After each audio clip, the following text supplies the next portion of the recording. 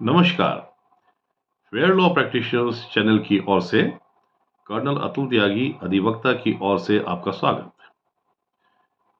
पिछले कुछ समय से मैं आप सब से मुखातिब नहीं हो पाया। अब 2024 में मैं तकरीबन सभी सामाजिक, धार्मिक, राजनीतिक मसलों पर आप सबसे बराबर रूबरू होता रहूंगा। नवंबर के महीने में मैंने आप सब से अरब पैलेस्टीन इज़राइल बैकग्राउंड के बारे में डिटेल में 2 वीडियोस में बात की और मुझे खुशी है कि दर्शकों ने उसको काफ़ी सराहा।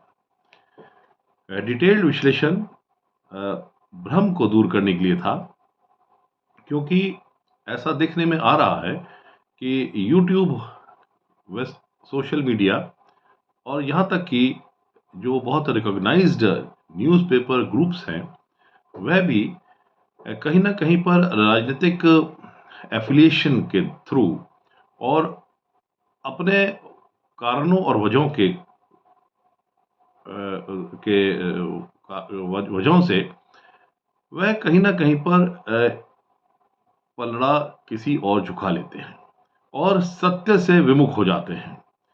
यह सत्यता खबर की दुनिया में सबसे पायस और एक धार्मिक एक कर्तव्य है, जिसे कि मोस्टली आजकल कंप्रोमाइज़ किया जा रहा है। और मैं एक बहुत ही हम्बल बिगिनिंग के साथ फेयर लॉ प्रैक्टिशनर्स एक यूट्यूब चैनल के थ्रू यह घोषणा करता हूं कि जो भी जानकारी इस चैनल के माध्यम से दी जाएगी, वह बिना किसी राजनीतिक द्वेष, बिना किसी झुकाव के तटस्थ रूप में रहते हुए ही दी जाएगी। दर्शकों, आज देश 6 दिन पहले एक ऐसे दिन का इंतजार कर रहा है, जबकि 500 वर्षों का एक कुसंगत इतिहास अपने को सही सिद्ध करने जा रहा है। 22 जनवरी को राम जन्मभूमि पर प्राण प्रतिष्ठा का जो एक सर्वश्रेष्ठ प्रोग्राम होने जा रहा है, जिसके कि यजमान हमारे देश के यशस्वी प्रधानमंत्री श्री नरेंद्र दामोदर मोदी हैं। वह ऐतिहासिक दिन बनने जा रहा है।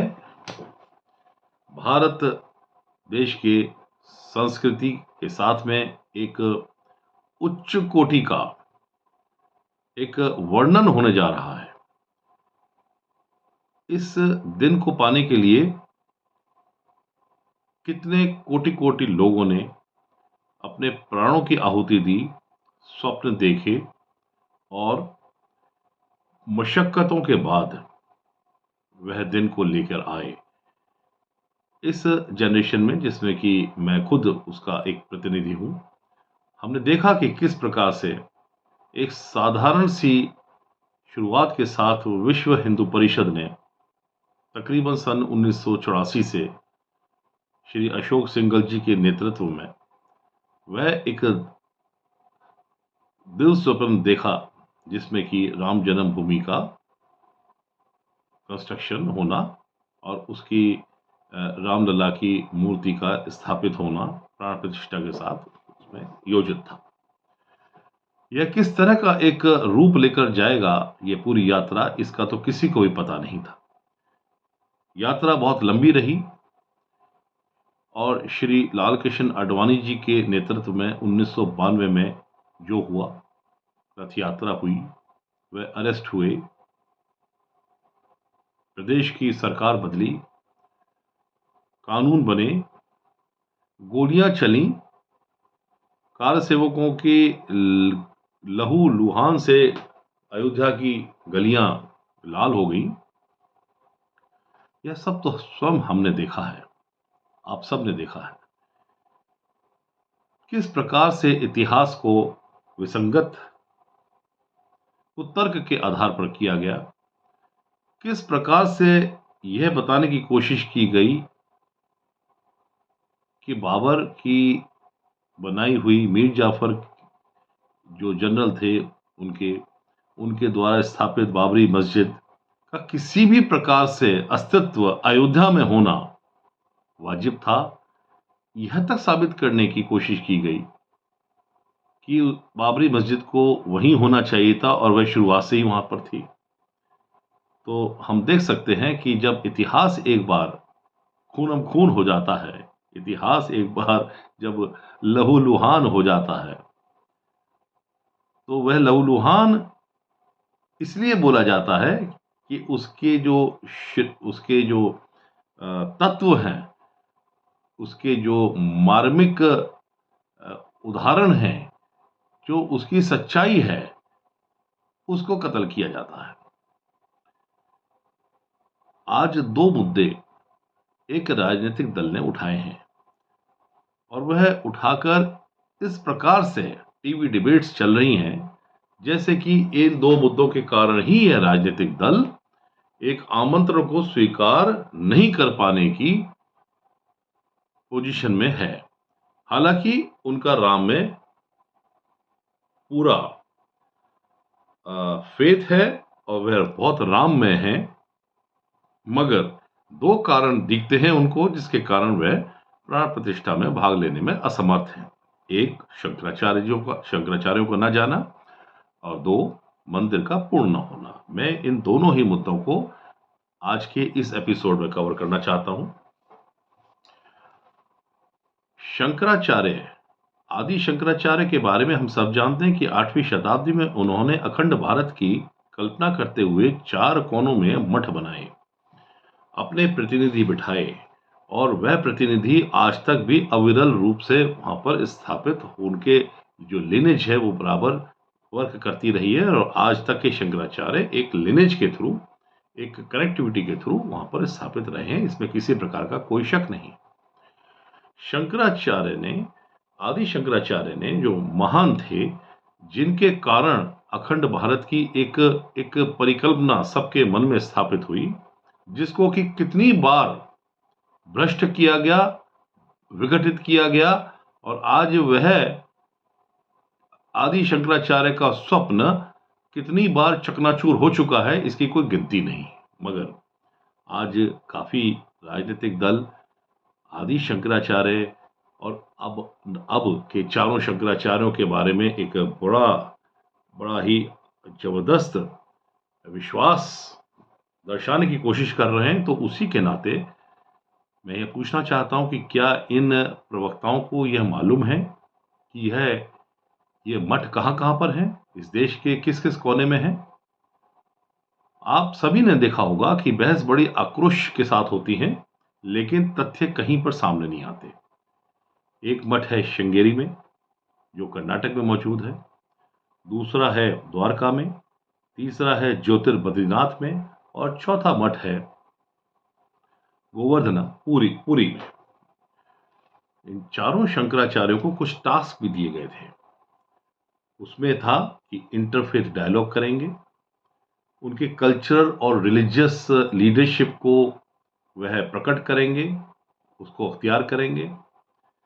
वह समय समय पर हिंदू फिलॉसफी के एस्पेक्ट्स को क्लियर करते जाएंगे, वेदांता की टीचिंग करेंगे, और कोई भी इंडिविजुअल, यानी कि आत्मा के तौर पर ब्रह्म का ही हिस्सा है, इसको सिद्धांत को आगे प्रतिपादित करते रहेंगे और उसे बढ़ाते रहेंगे। यानी कि शंकराचार्यों के कुछ कर्तव्य बताए गए।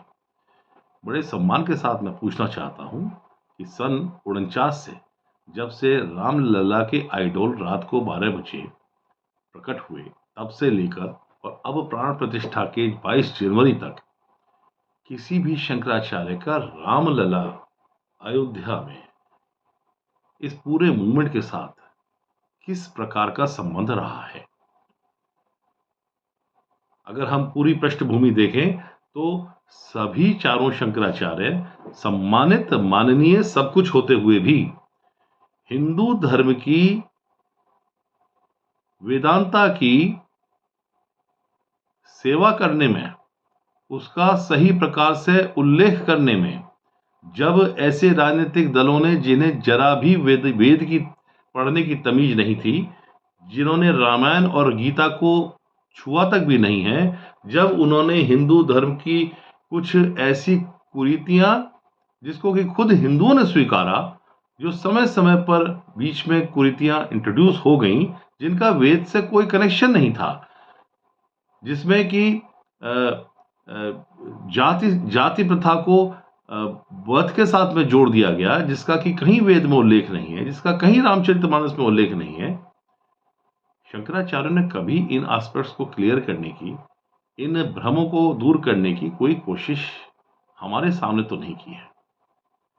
मुझे यकीन है कि आप सब इस बात से रजामंद होंगे कि यह सभी शंकराचार्य अपने अपने मठों की उन्नति या अपने मठों के विस्तार के लिए ही प्रतिबद्ध रहे हैं।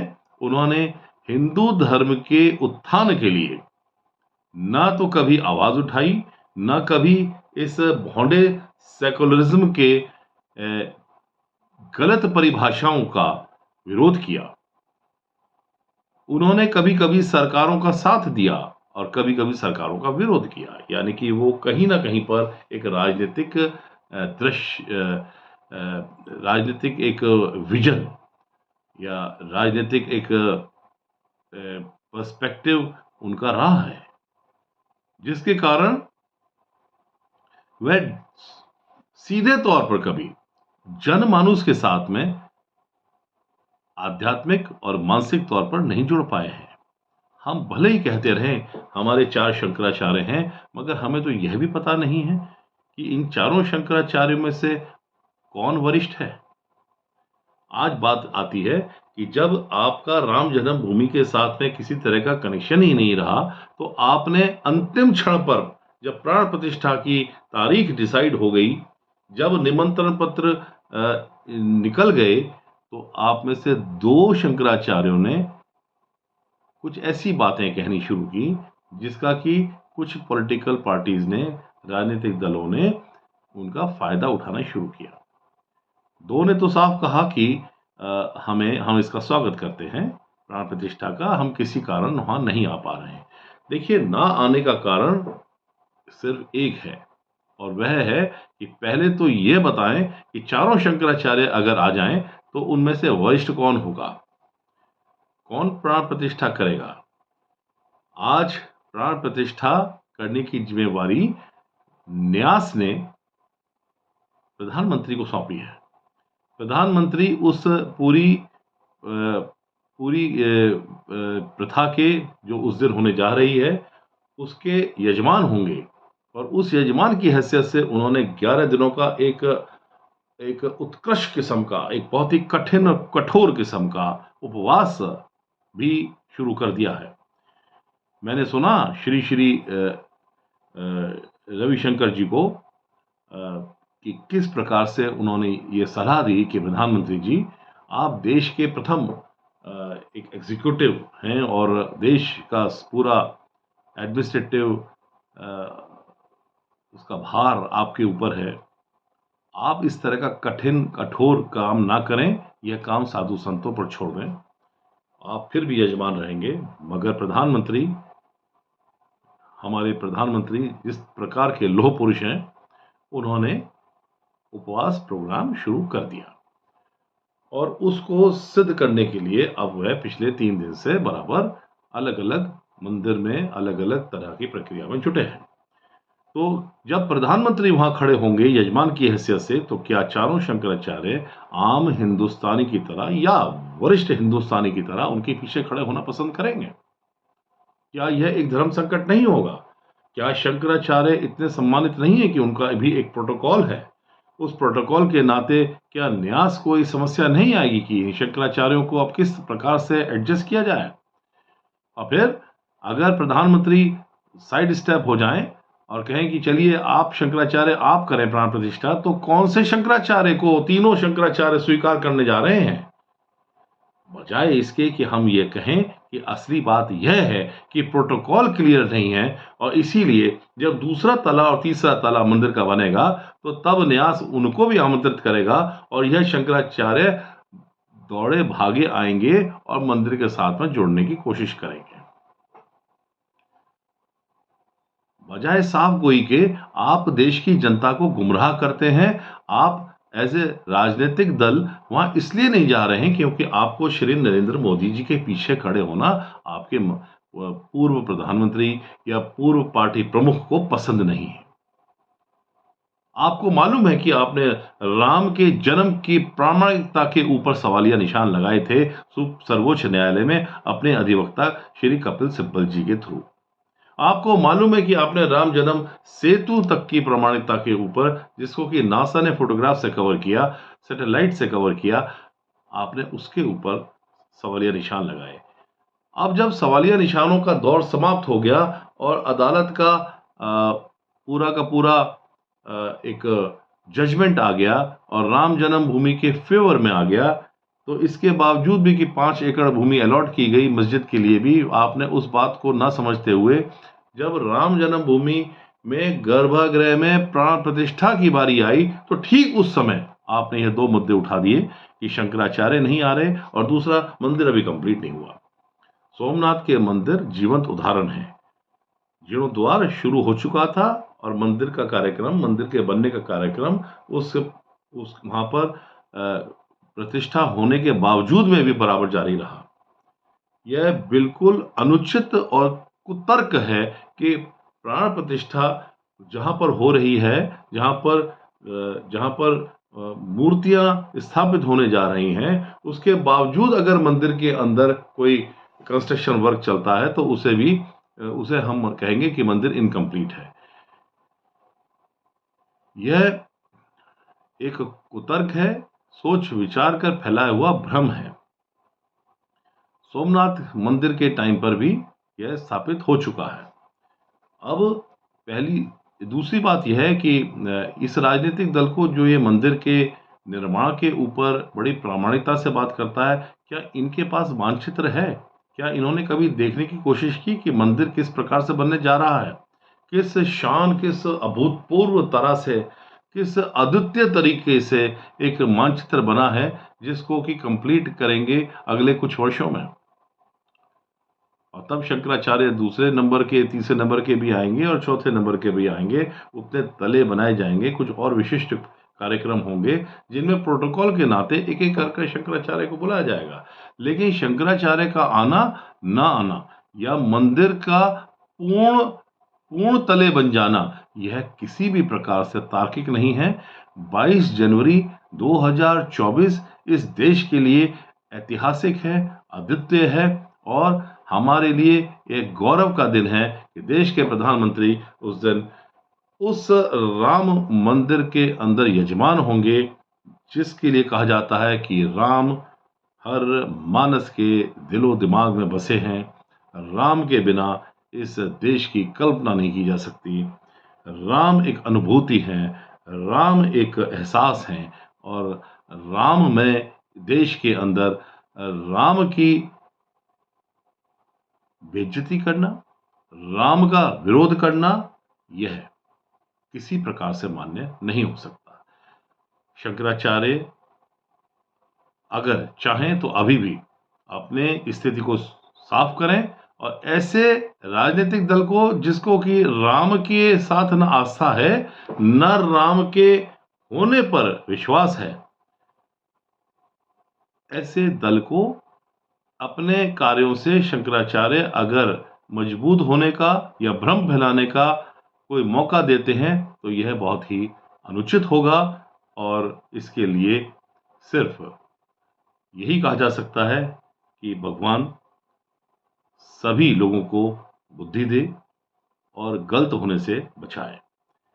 आप सभी को 22 जनवरी प्राण प्रतिष्ठा राम मंदिर में होने के लिए अभी से शुभकामनाएं और पूरे हमारे देश को इसकी एक अनुभूति हो, देश को इसका लाभ मिले, ऐसा मेरा पूर्ण विश्वास है। नमस्कार।